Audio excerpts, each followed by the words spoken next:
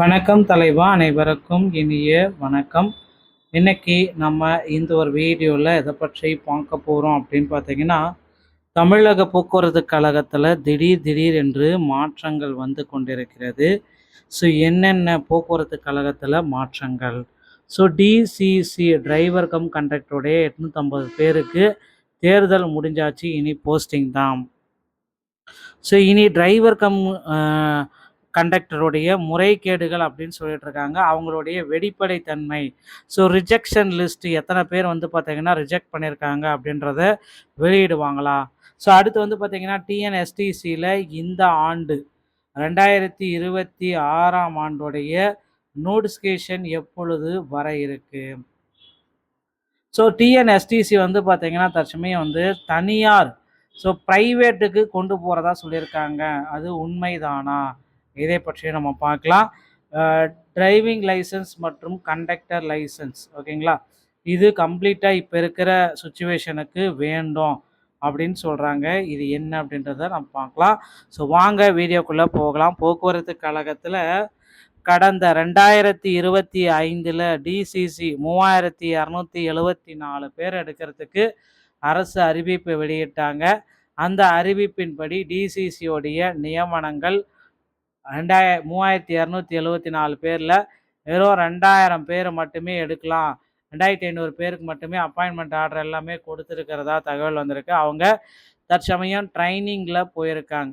மீதி இருக்கக்கூடிய நண்பர்கள் அனைத்து பேருமே வந்து இப்போ வெயிட்டிங் லிஸ்ட்டில் வைக்கப்பட்டிருக்காங்க.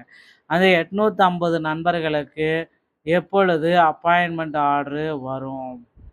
இதுதான் எல்லோர் தரப்புலுமே இருந்து கேட்கக்கூடிய பல லட்சக்கணக்கான கேள்விகள். ஸோ நிறைய பேர் எனக்கு வந்து பார்த்திங்கன்னா, நான் நல்ல இன்டர்வியூ எல்லாமே பண்ணேன், தேர்வில் நல்ல மதிப்பெண்கள் வாங்கினேன், செய்முறை தேர்வில் எனக்கு நல்ல மதிப்பெண்களும் கொடுத்தாங்க, செய்முறை தேர்வில் என்னை பாராட்டினாங்க. ஆனால் என்னை இப்போ அப்பாயின்மெண்ட் லெட்டர் எனக்கு வரல. ஸோ மெரிட் லிஸ்ட்டில் வந்த கேண்டிடேட்டுக்கு டிஎன்எஸ்டிசியோடைய அப்பாயின்மெண்ட் லெட்ரு வரலன்றது ரொம்ப வேதனைக்குரியதாக இருக்குது. நிறைய கேண்டிடேட் என்ன சொல்கிறாங்கன்னா, என்னை விட மார்க்கு கம்மியாக வாங்கின நண்பர்கள் இப்போ வண்டி ஓட்டிகிட்ருக்காங்க, பஸ்ஸே எடுத்து ட்ரைனிங் முடித்து ரூட் வாங்கி ஓட்டிகிட்ருக்காங்க. ஆனால் நான் வெளியே நின்று அவங்கள வேடிக்கை தான் பார்த்துட்ருக்கேன் அப்படின்னு நிறைய பேர் குமுறல்களோடு சொல்லிகிட்ருக்காங்க. ஸோ இதற்கு எல்லாத்துக்குமே டிஎன்எஸ்டிசி ஒரு சிறந்த வெளிப்படை தன்மையோடு செயல்படணும். அப்படின்னா ரிஜெக்ஷன் லிஸ்ட், இத்தனை பேரை வந்து பார்த்திங்கன்னா செய்முறை தேர்வு அட்டன் பண்ணாங்க, இத்தனை பேரை இந்த காரணத்தை வைத்து நாங்கள் ரிஜெக்ட் செய்து விட்டோம் அப்படின்ற ஒரு ரிஜெக்ஷன் லிஸ்ட்டு டிஎன்எஸ்டிசியோடைய அஃபிஷியலான இணையதளத்தில் கொடுத்தால் மட்டும்தான் மக்கள் எல்லாருமே ஓகே, நேர்மையான முறையில் நடந்திருக்கு அப்படின்ட்டு எதிர்பார்ப்பாங்க. அடுத்து இந்த டிஎன்எஸ்டிசியை தனியாருக்கு மாற்றதா சொல்லிட்டு இருக்காங்க.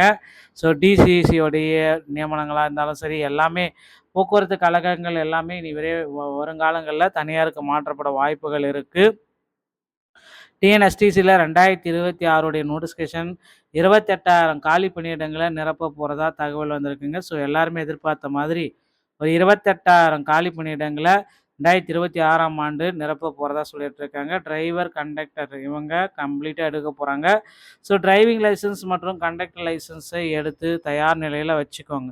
எடுக்கலைன்னா அங்கே அருகாமையில் இருக்கிற ஆர்டிஓ அலுவலகத்தை அணுகி டிரைவிங் லைசன்ஸ் மற்றும் கண்டக்டர் லைசன்ஸு வெரிஃபை பண்ணி செக்கு பண்ணி வச்சுக்கோங்க.